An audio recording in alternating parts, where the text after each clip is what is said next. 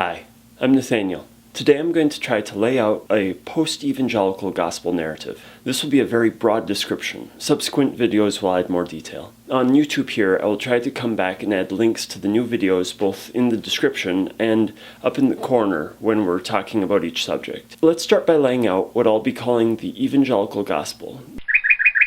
In the beginning, God created the heavens and the earth, including humans, and they all lived together in bliss. However, humans disobeyed God and ate the fruit from a tree they weren't supposed to eat from. This introduced sin into the world. Now, since God was holy and couldn't by his nature be in communion with sin, and humans now had sin, this caused a separation between humans and God. And since we all have sin, that separation persists. Humans try to reach God through things like riches, power, or good works, but they all fall short. They can't take away humanity's sin. So Jesus came and died on the cross as a sacrifice to take away humanity's sin. Because he was holy, he was a worthy sacrifice and bridged the gap between humanity and God. Then he rose from the grave, conquering sin and death. And anyone who believes in him will spend eternity with God in heaven.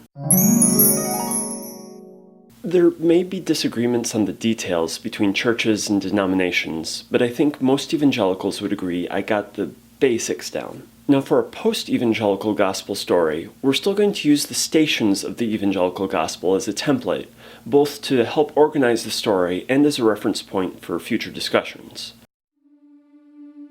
In the beginning, the divine spoke a song that was creation, and in a garden of that creation, humans lived in ignorant bliss. In their garden of bliss, there was a tree, but it wasn't named the tree of sin. It was named the tree of the knowledge of good and evil. Humans ate the fruit of that tree of knowledge of good and evil, and what came out of that knowledge, its fruit or its consequences, was a curse to them. The Bible story gives 3 examples of these consequences or curse. They can easily be interpreted as economic consequences, the consequences of discriminations, and an antagonism with nature. This curse enveloped humans like no other animal. They saw themselves as separated from the divine, who they assumed was above, being presumably the most good. So they immediately started making sacrifices and establishing religion. Humans wrestled about this newfound knowledge. They made sacrifices, fought wars, reached great heights and great depths. Sometimes they sensed the divinity with them, and other times they didn't. Then came a man named Jesus, who was so rich in the goodness he brought and taught that many people thought he was the one who would finally bring victory for the good. And though it seemed he could, he didn't.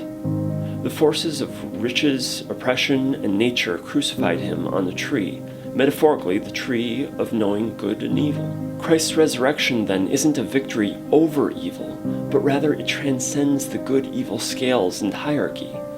Sure, the death and resurrection fulfills any demand of sacrifice for sin, but it also reveals this demand was from humanity's own fruit-drunk judgment. The divinity was there the whole time. Like the Bible, this story doesn't say a ton about what happens after we die, but it does talk about eternal life. We are asked to dance in the divine song. The part isn't easy. Learning and growing in ways of the divine that transcend the curse in ourselves and in our communities is hard, but it's beautiful. What we do to the siblings of God, we do to the divine, with the divine. And besides, if eternal life exists, by definition, it is now. The dance is all around us. We may as well join in.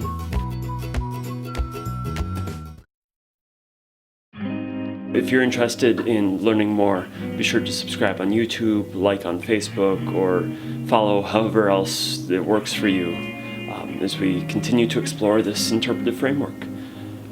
Thanks for watching. Cheers.